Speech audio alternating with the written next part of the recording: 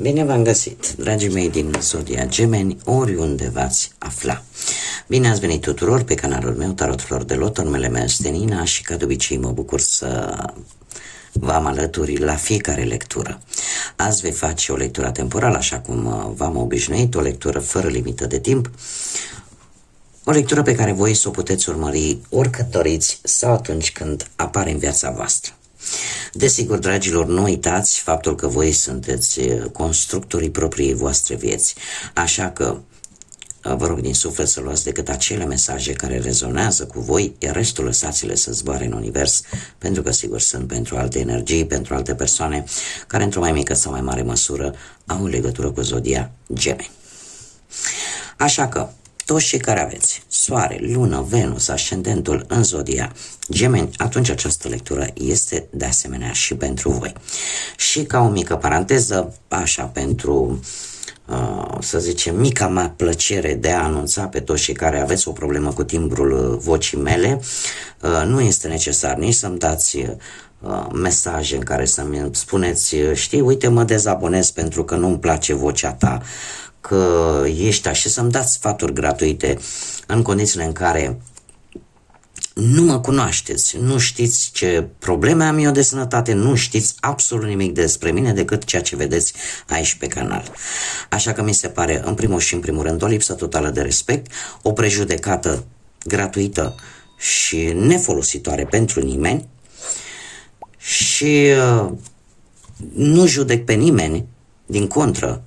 După cum bine vedeți, de fiecare dată vă spun, țineți cont de faptul că voi sunteți stăpânii propriei voastre vieți, voi alegeți ce este bun și ce nu pentru voi. Da? Cu atât mai mult nu o să oblig pe nimeni să mă asculte pentru că ce? Nu. Cine vrea să mă asculte, mă ascultă. Cine vrea să rămână abonat, rămâne abonat. Dar, cum am mai spus, prejudecăți de-astea gratuite și lipsite de orice bun simț chiar nu și-au locul. Bun, închid paranteza și haideți să mergem mai departe și să vedem care este energia voastră, dragii mei din Gemeni, cei care nu aveți nicio problemă cu vocea mea și cum rezonează ea. Și haideți să vedem care este situația actuală pentru voi, dragilor din Gemeni.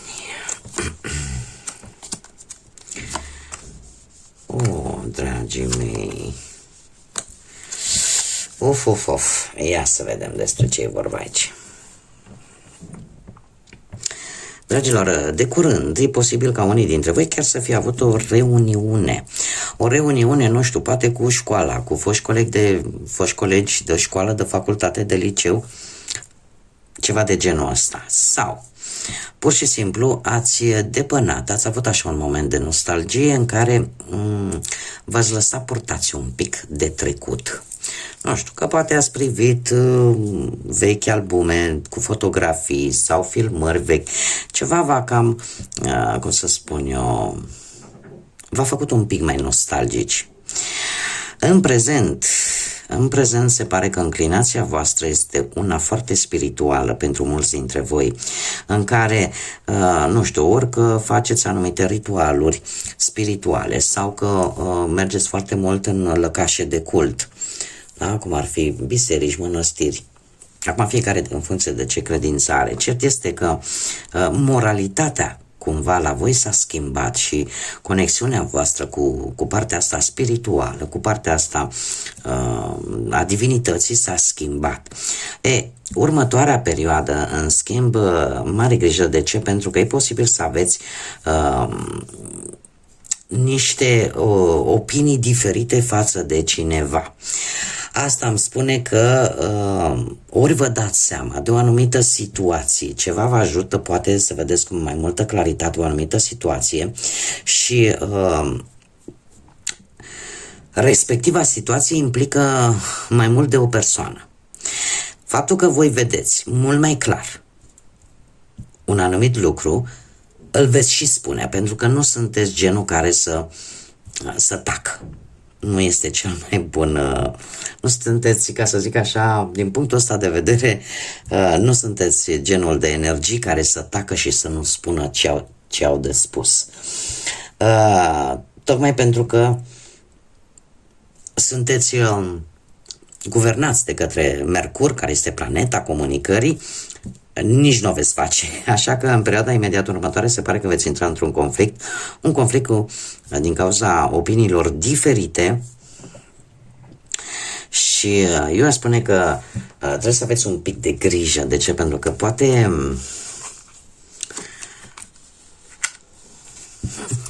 nu cred așa ceva. Dragilor, pentru voi, faptul că voi veți spune un adevăr unei alte persoane vă va liniști, efectiv veți dormi foarte bine noaptea. Veți avea așa o stare foarte mare de satisfacție. Că ați reușit să spuneți cuiva, veți reuși să spuneți cuiva, efectiv, purul adevăr. Sau cum vedeți voi lucrurile. Iar asta pe voi, efectiv, vă va da o satisfacție și o liniște extraordinar de mare. Atât de simplu. Haideți să vedem ce ne spune tarotul. Pentru viața profesională, ce vine pentru dragii mei din Gemeni? Să vedem.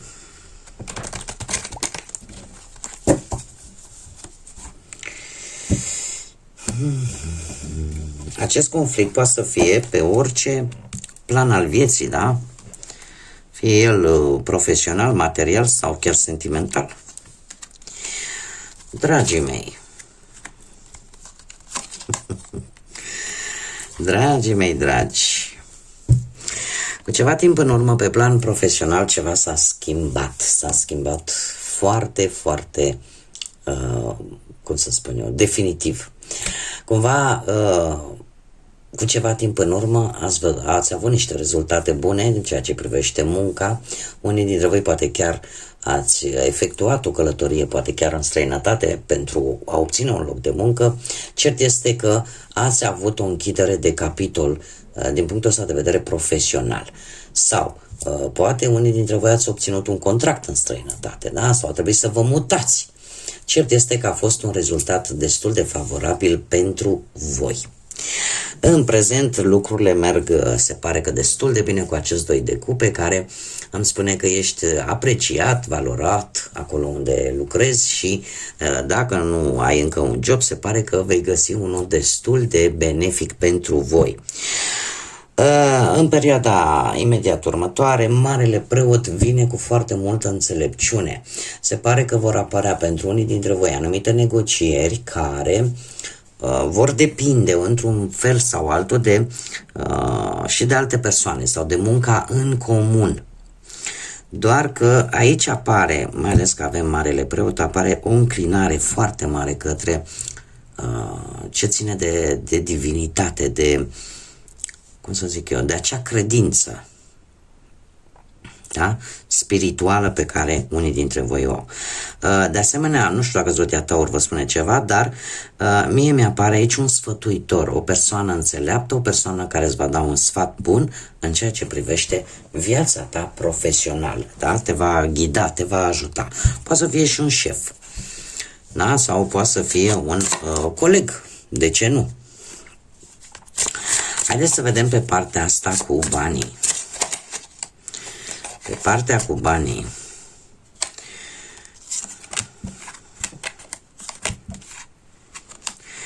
dragilor, o veste, foarte multe vești, foarte multă nerăbdare și, într-un final, echilibru, trebuie să-și spună cuvântul.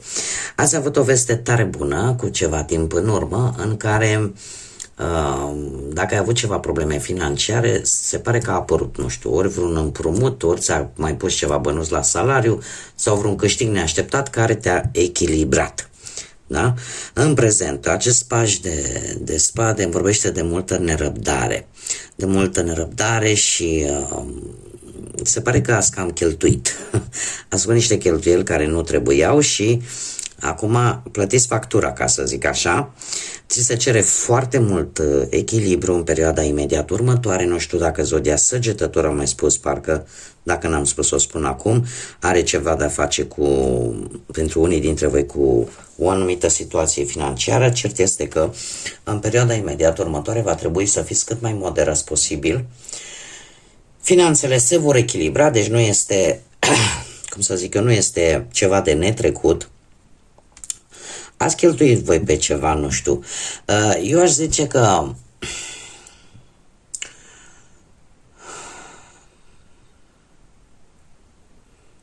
ceva nou începeți.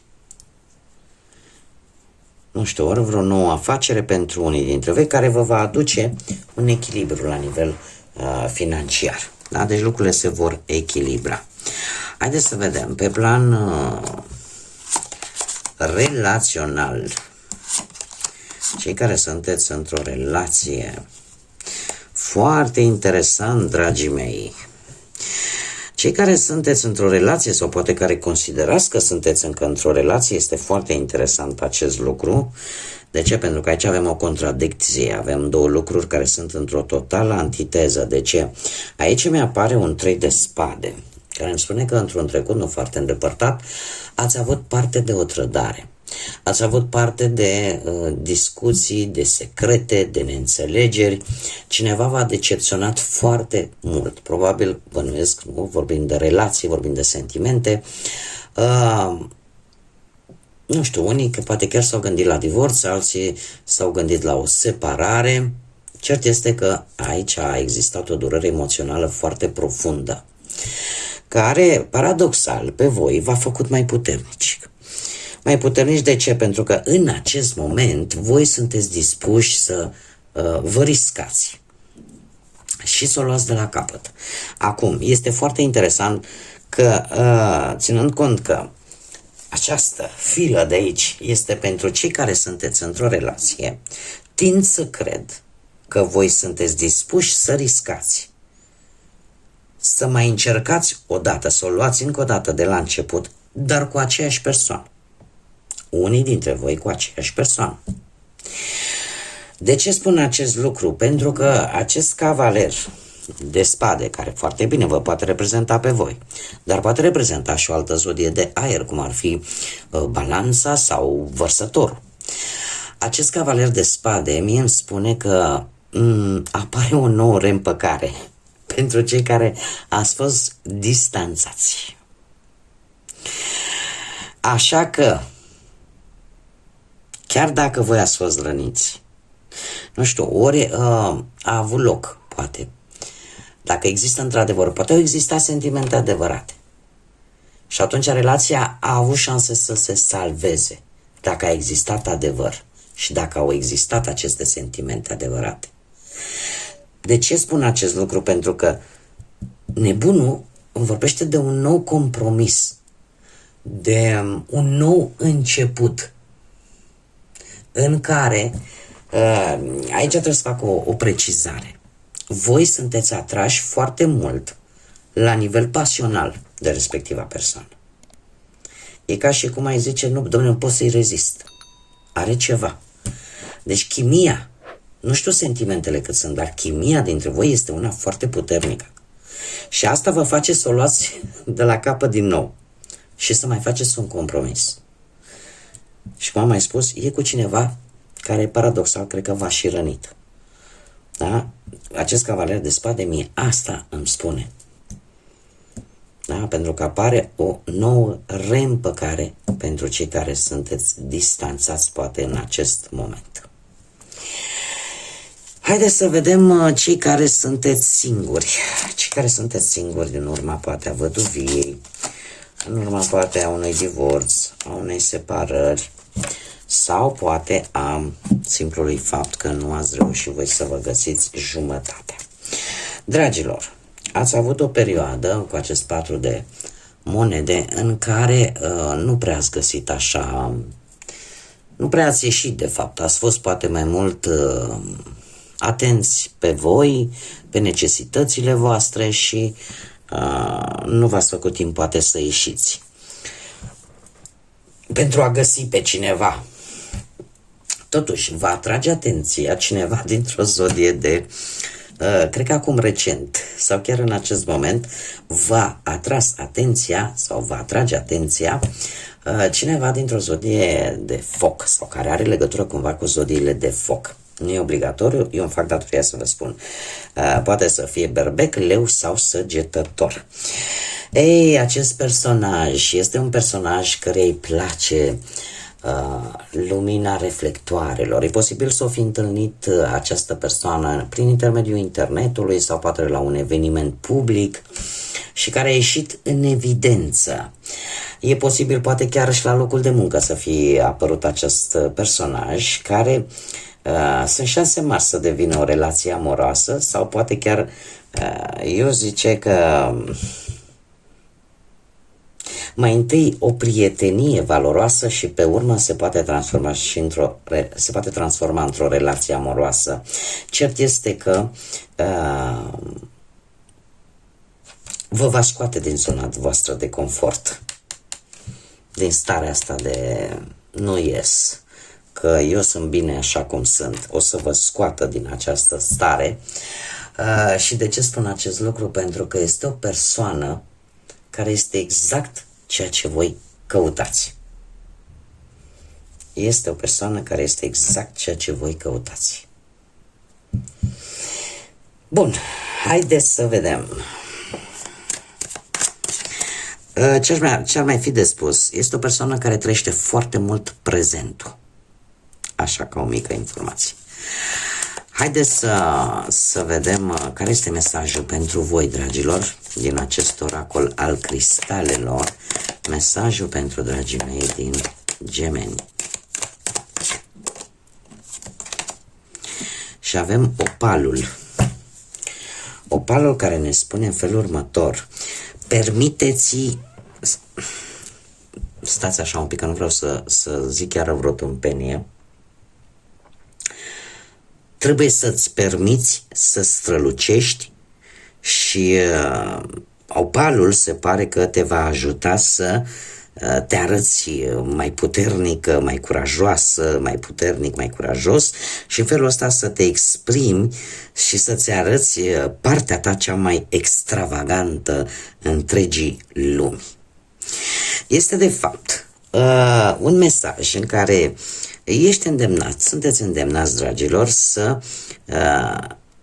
să nu mai fiți încorsetați, să nu mai vă simțiți încorsetați, să nu mai vă simțiți exact cum este acest patru de monede, da? În care nu ies, nu fac, îmi văd acolo de pătrățica mea. Nu este, cum să spun eu, voi în general, prin natura zodiei voastre, sunteți flexibili, voi trebuie să vă adaptați, da? Voi vă adaptați foarte bine în anumite situații, în anumite relații, da?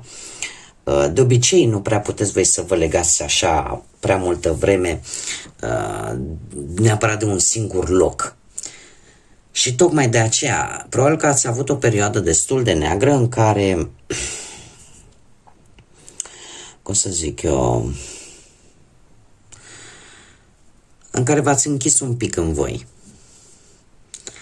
Așa că este un moment tare bun pentru unii dintre voi de a străluci, de a ieși așa ușor, ușor din toată această negură, din toată această stare negativă în care poate unii dintre voi ați intrat. Și acum, ca o noutate pentru voi, dragilor, voi folosi zarurile astrologice. Și haideți să vedem ce ne spun aceste zaruri astrologice despre dragii mei din Gemeni. Ce mesaj important au pentru voi, dragilor? Și avem casa a 10-a,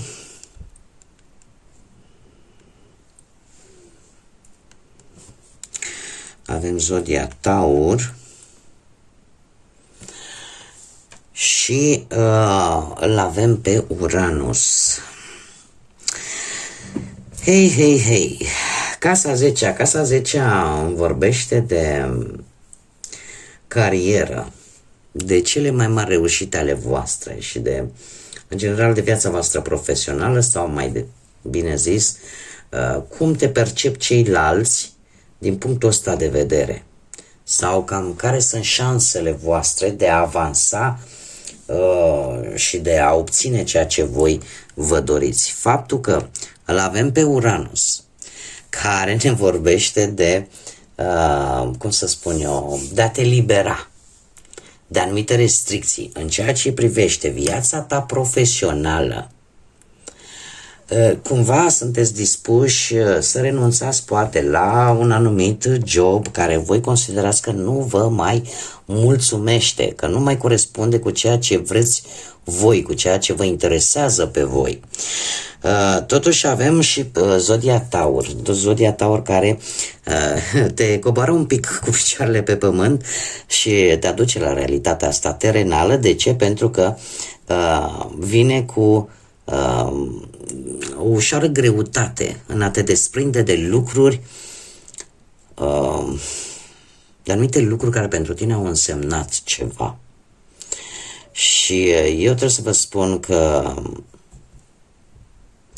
pentru voi profesia, posesiunile, banii vor fi o prioritate în următoarea perioadă.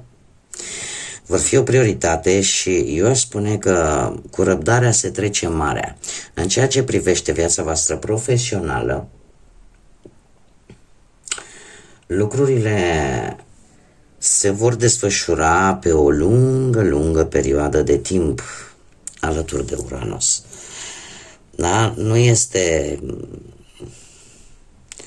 Chiar dacă voi încercați să vă eliberați, totuși lucrul ăsta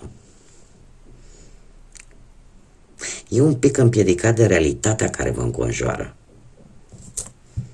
Sunt lucruri de care vă e greu să vă dezlipiți. Voi care, și când asta zic că, în general, voi nu puneți foarte multă afecțiune pe lucruri, da? Pe ceea ce voi nu considerați foarte important.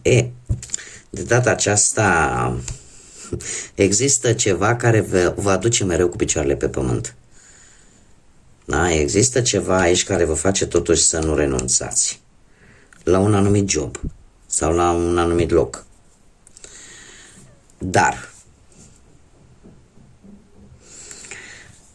în același timp trebuie să vă spun că lucrurile se vor mișca mai lent decât v-ați fi dorit voi și mult, cum am mai spus, pe partea asta a carierei. Este ceva aici important pentru voi. Ele se vor mișca mai lent, este adevărat, dar cu energia asta a Taurului vor progresa sigur. Pentru că nu vă va lăsa să vă faceți tot felul de idei, da? Vă va aduce mereu cu picioarele pe pământ. De câte ori ziceți, uite, știi, nu-mi place că mi se impune cu tare regulă. De fiecare dată apare această energie terestră, terenală a Taurului care spune, știi, da, uite, asta te ajută, ai ce să mănânci, uite, ai ce-ți trebuie, da, și cumva te readuce cu picioarele pe pământ. Lucrurile se vor mișca și din punctul ăsta de vedere profesional, dar un pic mai lent, dar sigur și bine. Bun, dragilor, cam asta a fost lectura, sper că v-a plăcut, sper că introducerea acestor zaruri astrologice să vă placă și până data viitoare, când ne vom reîntâlni la o nouă lectură, eu vă doresc tot binele din lume. Aștept cu mare interes like-urile, distribuirile și comentariile voastre. Desigur, toți cei care v-a plăcut această lectură sau poate ați rezonat sau poate nu aveți nicio problemă cu timbrul meu vocal și nu v-ați abonat, eu vă aștept cu mare interes să vă abonați și în felul ăsta să fim aici împreună la fiecare lectură. Și până la următoarea lectură, eu vă doresc tot binele din lume, să aveți parte de multă căldură sufletească, de multă lumină, atât în suflete cât și în gânduri și, desigur, să fiți iubiți, dragilor.